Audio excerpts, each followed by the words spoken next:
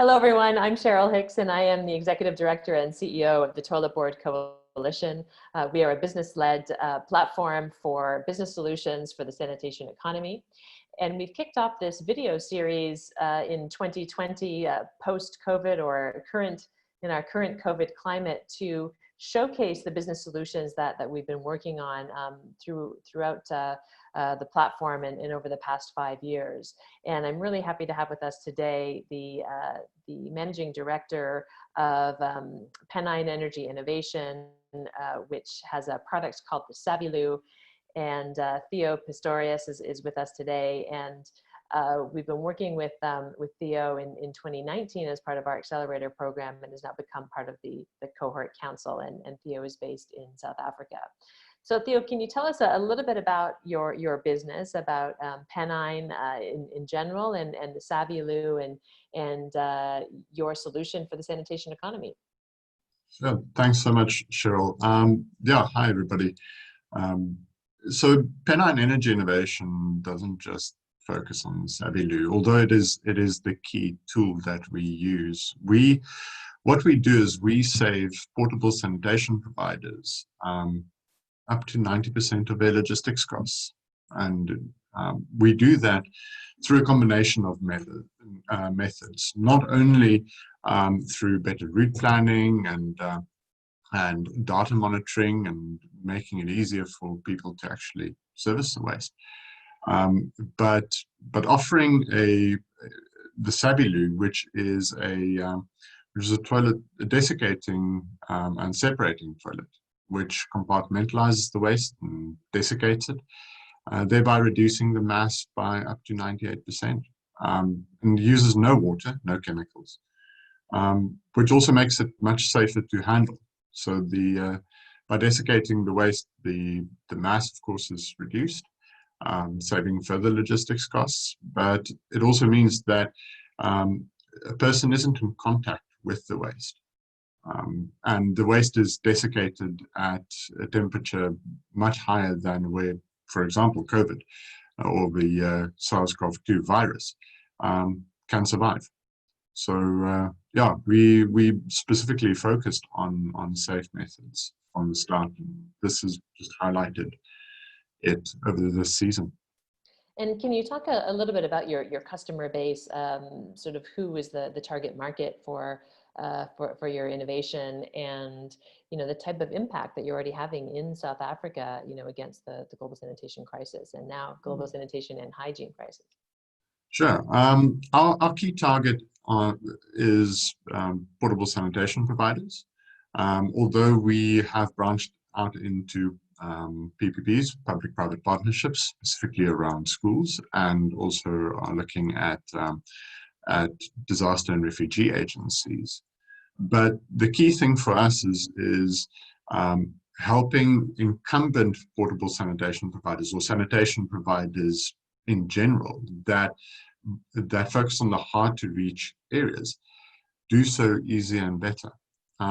And for now, our target is the SADC region, but we're scaling into a repo as well, and we're starting with 1 or 2 conversations in South America as well, specifically through the Toilet Board Coalition as well. Our impact has been varied in the sense that as we currently speak, we are in the midst of a redesign, a redevelopment of the product. So we've actually minimized our deployment slightly in order to tweak the product again to have it commercialization ready on version 3. But I think we are on about, what's it now, 5,000 kilograms of desiccated waste. And we've saved about 200,000 liters of water, all of it without any environmental contamination. We've converted the desiccated urea into about 90 kilograms of usable fertilizer and usable waste, which has made a massive difference to the communities where we have deployed, because it generates income for them. But not only that, it actually provides them with a safe toilet. which doesn't require any digging or any of those things. So the key difference we have seen is not just on the portable sanitation providers side, which has driven a massive saving for them, but on the user base, which because now there is no risk. And you're describing a circular sanitation approach to the solution. Can you talk a little bit more about that? About you've talked about the fertilizer. Again, who are the customers for that fertilizer? What are the other products that you're deriving from the solution, so that we can get a sense of the market here, these new markets for upcycled sanitation waste, or as we say, toilet resources.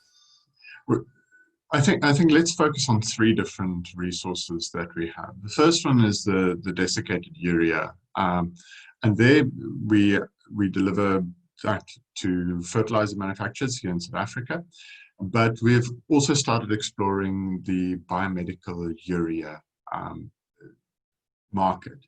The reason for that is it's a higher price point, but the requirements are much higher, and because we create medical grade pure urea through the desiccation and through the separation, that has been a key market.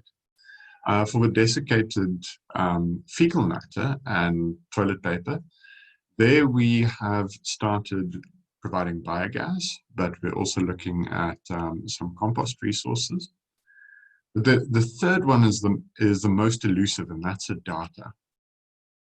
Very few people see the data as a resource, and especially in terms of the deployment as well.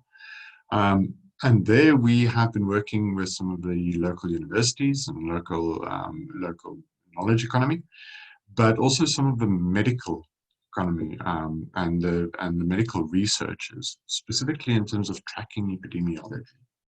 And how can we work together in order to provide safer alternatives, not just in terms of the traditional sanitation safety, but also epidemiological safety and structural safety.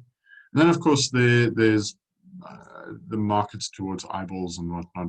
So our resources in terms of partnering with larger companies for marketing, where they can position their product, and we can also track and trace how the interaction has gone with those. So it's much more than just the toilet resources. The toilet resources are the start, but you have to focus on the whole economy rather than just what people usually associate with sanitation. Fantastic. Thank you, Theo. And, I think what you've described there is really a full sanitation economy solution. The toilet economy with the Savilua itself, providing access to safely managed sanitation in a way that is affordable, and also addresses issues such as water scarcity and of course, an alternative to the chemical toilets, as you pointed out. It's a circular solution in producing many products from the waste, and you just mentioned it's also a digital smart sanitation solution, which has multiple value streams, as you described. So really, I think taking advantage of the full marketplace, which is excellent. And can you describe how, the situation in South Africa, coming back to South Africa for a moment, and COVID-19, because, I think that COVID-19 has really changed the world for all of us, and in the world of hygiene and sanitation especially. Can you talk a little bit about the situation in South Africa and what you've been finding about any shifts or accelerations or pivots in sanitation and hygiene in the region? Yeah, sure. I think the key change in the market, and you'll probably hear this often, is awareness. But it's much more than that. Large corporates and small user-based companies, but also the user economy, have woken up to the fact that sanitation is not just a necessity. It's a tool. And sanitation is not just something that we expect as a basic human right. It has pertinent effects on your employee base, on your output drivers, on everything from your from how effectively you produce and how effective your staff are, right through to how safe you are. And that interconnectedness has become clear. But there's also been a lesser focus on female health, which I found strange. But that interplay between epidemiology, sanitation, and female health is something that people are starting to connect the dots on. And how that whole ecosystem is sort of flowering around the fact that we need not only water and safe sanitation, we need access to what comes after we've provided a toilet, what comes after you've given people toilet paper or given them a pad or a tampon or any of those things. It comes with, okay, you have to manage that resource. You have to service those resources. So O&M has started to and come O&M, you mean forward. operations and maintenance? Exactly. Yes. Thank you. Operations and maintenance has started to come to the fore in South Africa. But I think that we have a long way to go.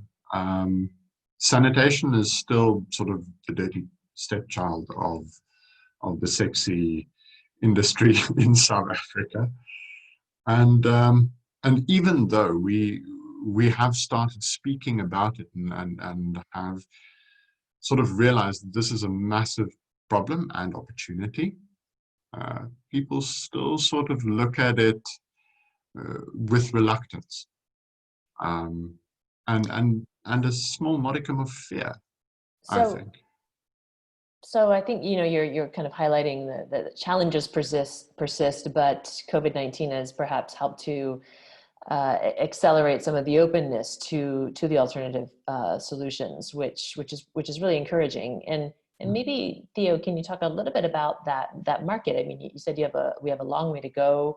We have some heightened awareness. We have some new openness to alternative models. Can you describe a little bit for those watching the market in South Africa? I mean, how many people still need these new toilets? What is the need in terms of waste management and the resources you described that coming out of the system? So, for those that don't know, South Africa is quite interesting in the fact that it has a very high Gini coefficient. So you basically in one economy have two. You have a very highly developed middle and upper LSM economy, dominated by white people, putting it pretty bluntly, due to a political history and due to population dynamics that was caused for decades. In actual fact, a few hundred years, and that was only tackled down about 26 years ago. And then you have this informal economy and a semi-structured formalized economy, which is around a very high number or a very high population of informal dwellers and rural dwellers that are Black and brown and non-white population in South Africa, but is most pertinently is the largest population groups, or are the largest population groups in South Africa. Now, this is the legacy of apartheid, and what we have seen is for decades, even after the advent of democracy in South Africa, there was this idea of, well, I have a toilet, I'm fine. I live in a white middle class or upper class neighborhood. Nothing will touch me in terms of epidemiology or any sanitation risk won't connect to me.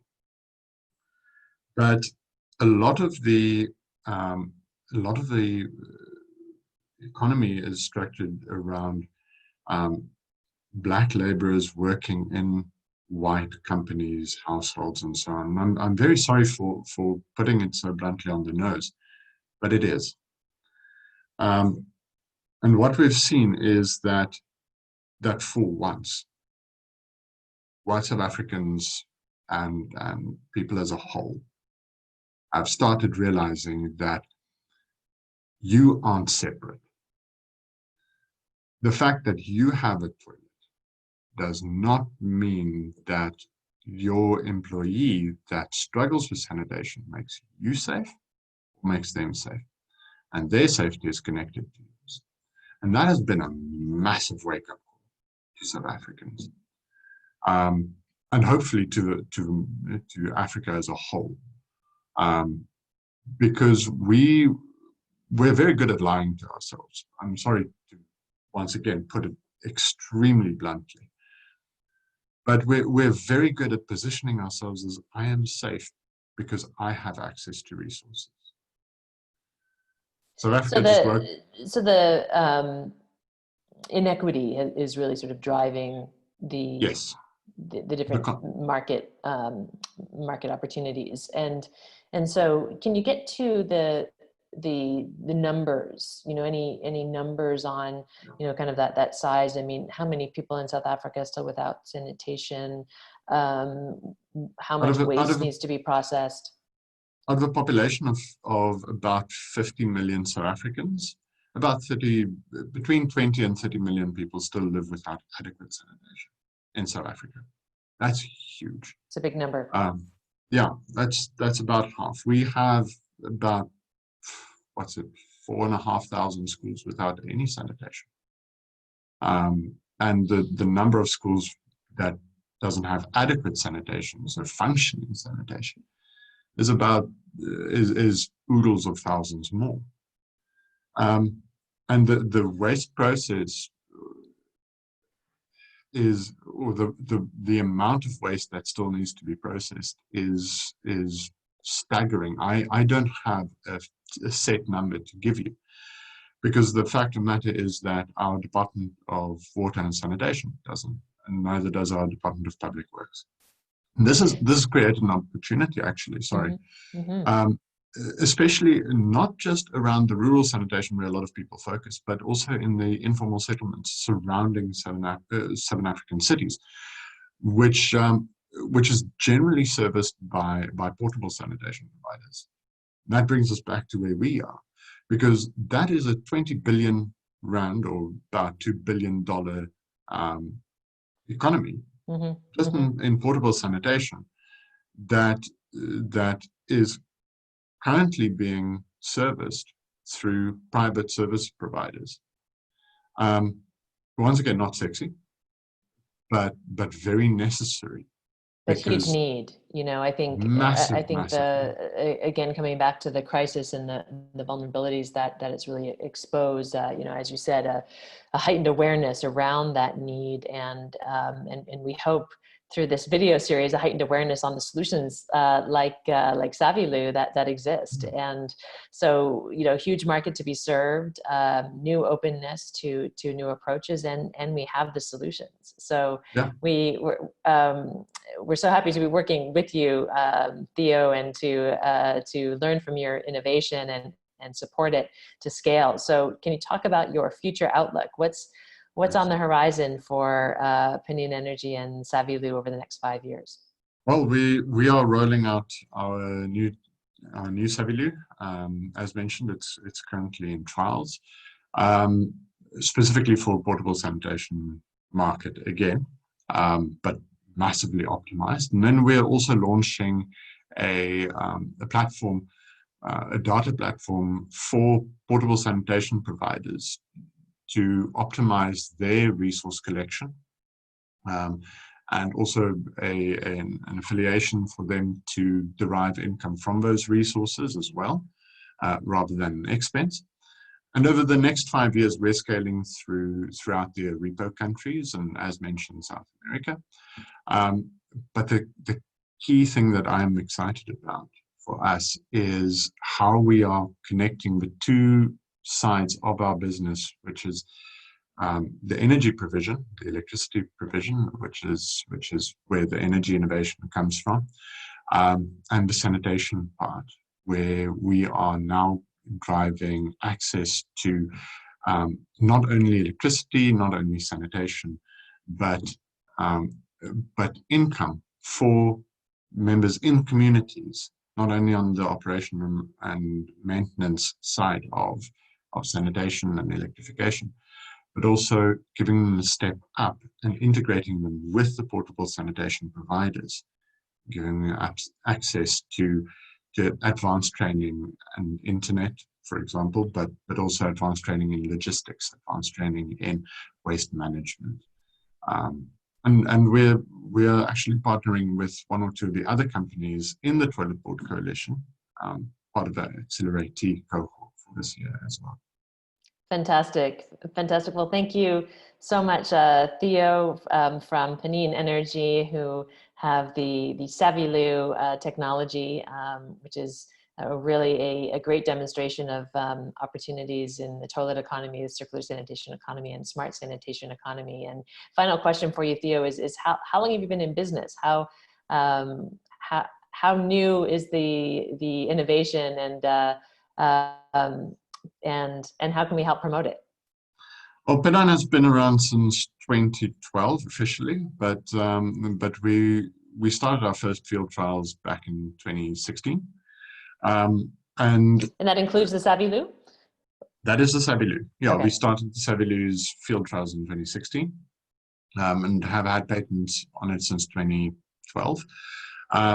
But I think the key thing for us for now would be let's talk. If there are portable sanitation providers or public-private partnerships that would love to speak, we're open and we're ready to chat. The toilet's ready to go, and we're looking forward to working with you and helping you be more efficient and save you some costs as well.